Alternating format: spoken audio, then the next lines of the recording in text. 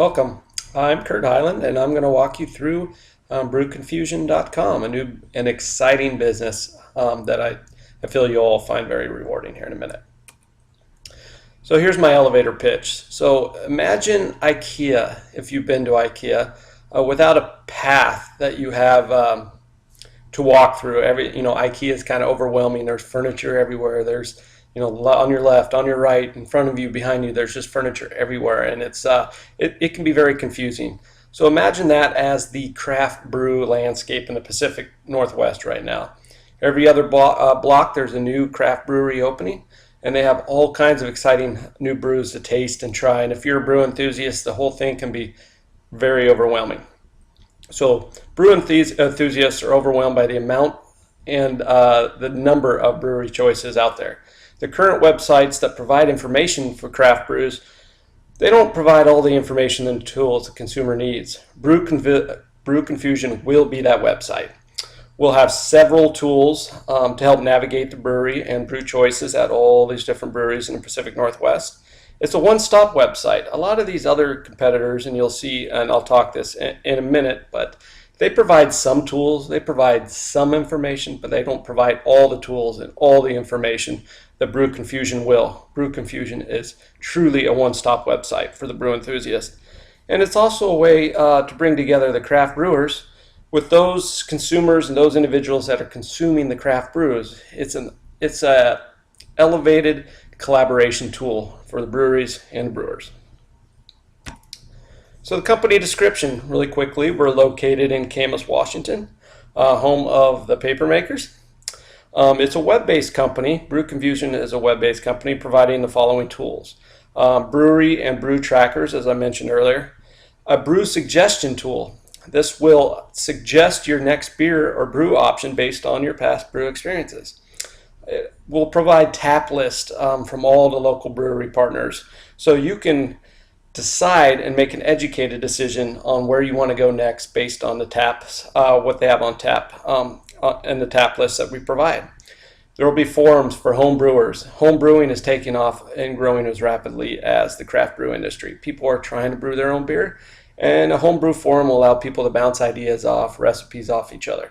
A beer rating tool, maybe you want to go in there and see how somebody else rated a beer at a brewery, so you don't waste your time getting that same beer if it's not good, or if everybody loves it, it's got 5 stars, maybe you want to try it.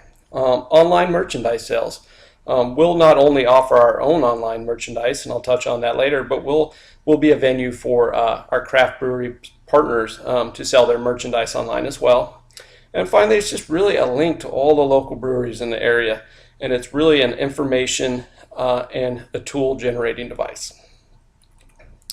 So let's take a quick look at the industry. Brew Confusion is aligned with the craft brew industry. We don't fit nicely into a particular industry, but I think that we're so aligned with the craft brew industry. How we do will depend on how the craft brew industry does. So that's the industry that I'm aligning with. Our NAICS code is 312120. The craft brew industry, to give you a little bit of information on it, is growing very rapidly. The domestic beer industry is growing slowly, but craft brew industry is just taking off. As you can see on the picture on the right, there's very few barriers to entry in this industry. If you have an idea for a new brewery, you have an idea for a new brew, you can spend very little to get up and going. Craft brew enthusiasts aren't as interested in the atmosphere, they're more interested in the beer. Seasonal impact is minimal. Craft brewers, they brew seasonal brews all the time. So really waiting for the next season so you can try the next seasonal brew is very exciting to the craft brew enthusiasts. So seasonal impact minimal, and then websites providing information, which is what Brew Confusion will be. They're few. There's only a few really relatively established craft brew websites on the internet, and I'll talk about these in a minute. So the market. So most people think of that bearded, trendy white male on the right there with some tattoos maybe as the prototypical craft brew drinker. Well, that's not necessarily the case anymore. The market is shifting. 21 to 35-year-olds still make up the biggest craft brew drinkers, but almost half, 44% to be exact, are women. Everybody's enjoying craft brew right now. The market is changing, it's shifting. Whites are still the largest craft brew drinkers, but craft brew consumption has grown rapidly among Hispanics as well. And really, income, it used to be a high income kind of trendy thing, almost like the wine industry initially. They were the only ones to drink the craft brews. Well, that's shifting as well, and slowly those bottom income earners, they're starting to account for more and more of that craft brew consumption. And really, the craft brew segment is the largest growing of all domestic beer industry. It's growing at over 20% annually.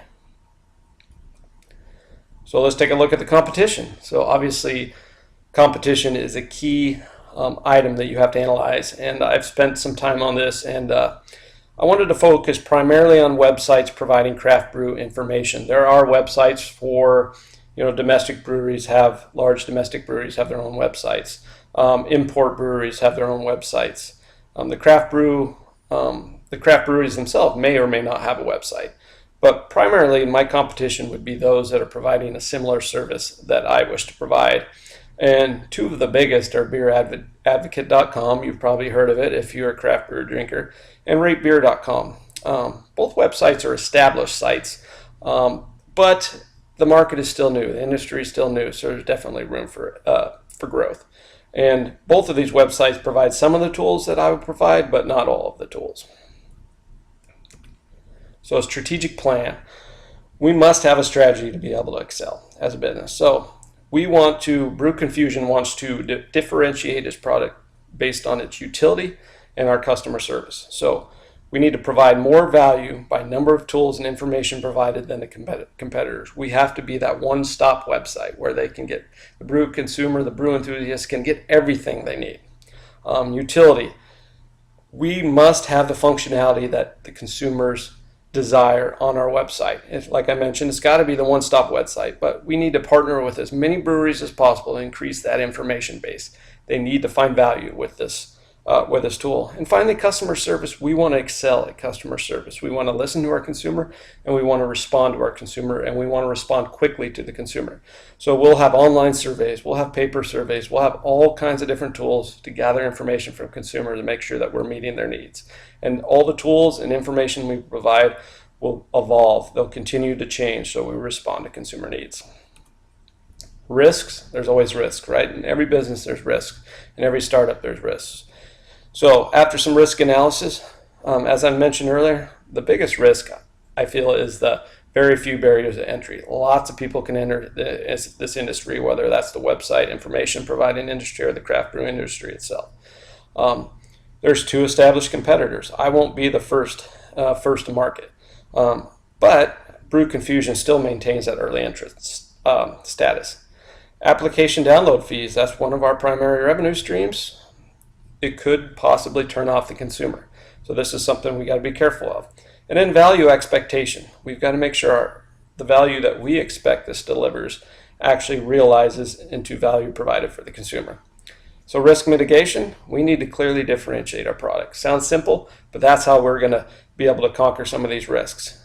Excellent customer service. We have got to maintain excellent customer service. And then we've got to get our price point right for those app download fees. We've got to get the right price that people are willing to pay and provide the value. So marketing plan. We have got to get out in front of people. We must convince consumers they cannot truly enjoy a craft brew without brew confusion. We eliminate the confusion.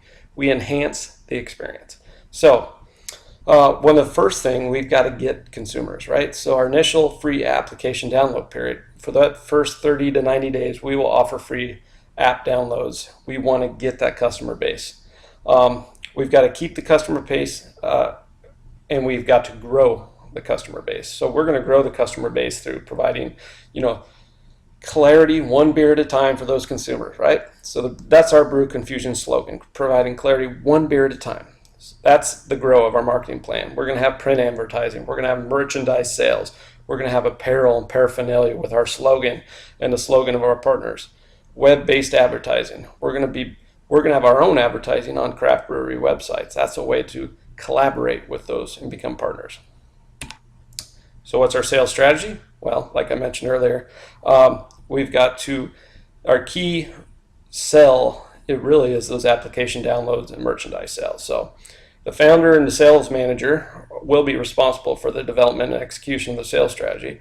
We've got to target craft breweries and craft brew consumers. The craft breweries, that's where we're going to sell advertising and sell merchandise sales, where we get a portion of that sale. The craft brew consumers, that's where we're selling that application download fee. And we've got that application has got to provide information on the go for the consumer, and it's got to provide value. And so that's really our strategy, is how do we demonstrate that we are going to provide value. So operations. Our location and facilities, we're located in Camas, Washington, as I mentioned earlier, home of the paper makers. We have 3 facilities, 3 employees, the founder owner, myself, a sales manager, and a technology manager. The initial website development will be outsourced, but that development will be overseen by the technology manager. And then merchandise production will also be outsourced. We're not going to produce any physical good. We'll outsource that. Distribution of that merchandise will be initially through UPS and FedEx, but as we continue to grow, we will bid that out to local freight companies. The technology impact, right? So technology has a big impact when you're a web-based company. So technology, it must be current and it must be relevant.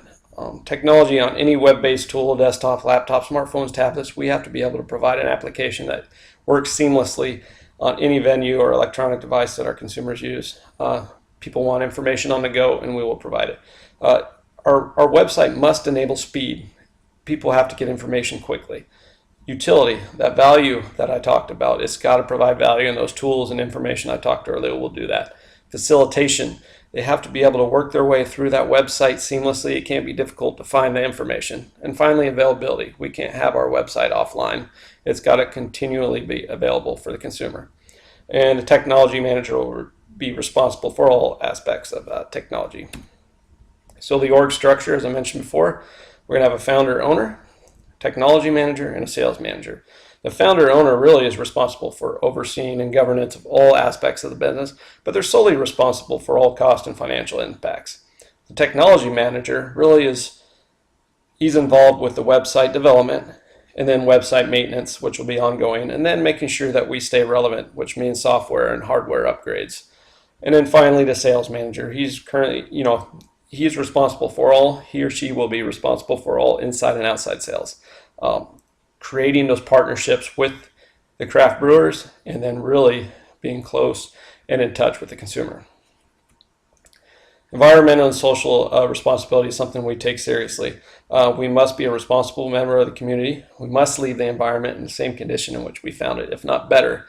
And we've got to be socially friendly. As a member of a community, of the Camas community, we need to be an active participant. We need to engage in social activities, and we need to be socially responsible in that we are, we're contributing to a social, to the community in a socially and financially responsible manner. But in order to do any of that, we've got to be profitable first. Exit plan. Everybody has to have an exit plan, right? Well, ours is really just to build and sustain revenue and profit growth. We just want to live comfortably, the 3 of us, the 3 employees. We have no plans to sell the company, but if we do decide to sell, it'll be offered first to the other 2 employees and then not offered outside if there's no internal interest. So financials, our initial funding request is $100,000. We wish to get that through a small business administration loan with the lowest interest rate possible. But this $100,000 will be used for initial website development, hardware, software purchases, and then our facility setup. And we plan to be profitable after year 1, and we will do a 2.5% price increase annually to remain competitive from a price point standpoint. And then we expect volume growth through 2018. So what's the ask? The funding. We want $100,000 to start this to be relevant, and we need that $100,000 to get started. So, and as I mentioned earlier, I've already mentioned what we'll use that for, but we're seeking as loans so that we can retain 100% control over the company. So to wrap this up, really Brew Confusion will be that beacon that lights the path where the needs of the brewer and the needs of the brew enthusiasts meet in the ultimate brew collaboration. We want to help the brew enthusiasts navigate the confusion and the abundance of choices out there in the brew landscape today.